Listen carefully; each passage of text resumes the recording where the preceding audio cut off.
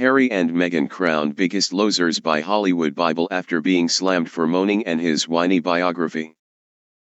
Prince Harry and wife Meghan have been crowned the biggest losers by Hollywood's Showbiz Bible. The couple got the unwelcome title after being slammed for their moaning rants as their charity was revealed to be running at a loss. LA magazine The Hollywood Reporter listed them among the biggest losers of 2023 amid the fallout from their whiny Netflix documentary and Harry's whiny biography.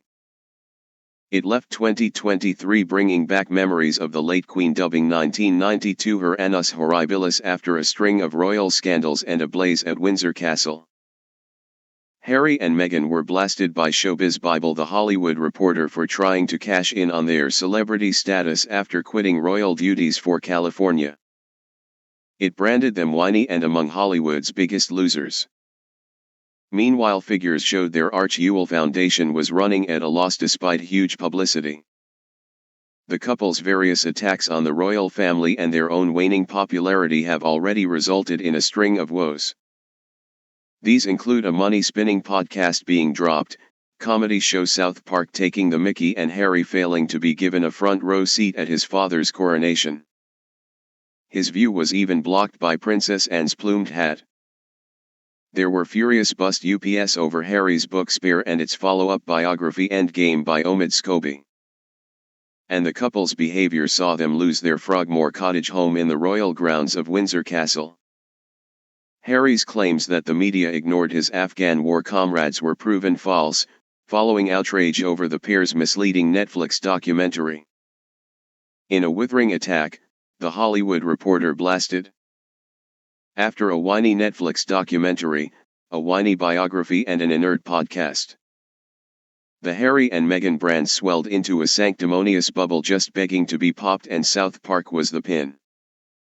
It went on, still, all the scorn and mockery beats otherwise having to attend 200+ official royal family engagements a year, which sounds hellish. The attack is sure to sting Harry and Meghan, who were branded F-grifters by a Spotify executive after producing just one 12-episode series of their Archetypes podcast. They have been venturing out into LA celebrity life this year, attending Katy Perry and Beyoncé concerts.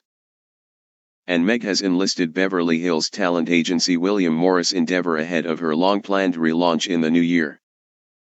Last night, talent agent Professor Jonathan Chill at OBE said, "The last few months haven't been good from a PR perspective, but equally the Duke and Duchess of Sussex are far from out. They are a magnetic couple who the world is hugely interested in. Yes, they are still trying to find their place in the public arena. But in the greater scheme of things, there's a lot to play for. The fact the Arch Ewell Foundation appears to be stalling will also stun the Sussexes." New figures for 2022 showed it pulled in almost £9 million less in donations than in the previous year.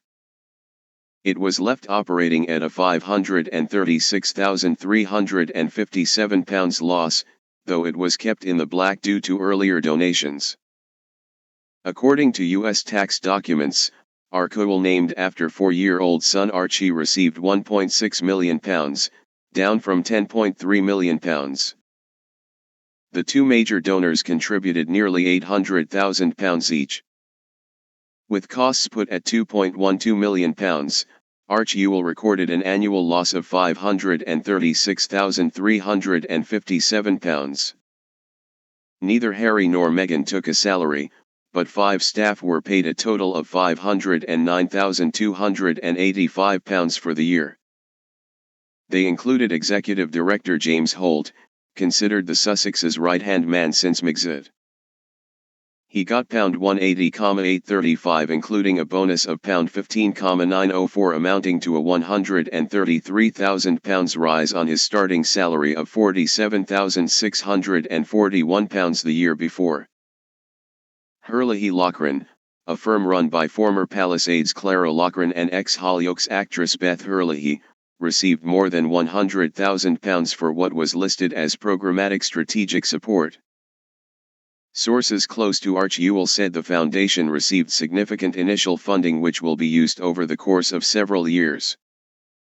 They added it would be fiscally irresponsible to continue raising huge donations when it still has more than £6 million in the bank. It is also believed that donations for the past year are set to increase to almost £4 million.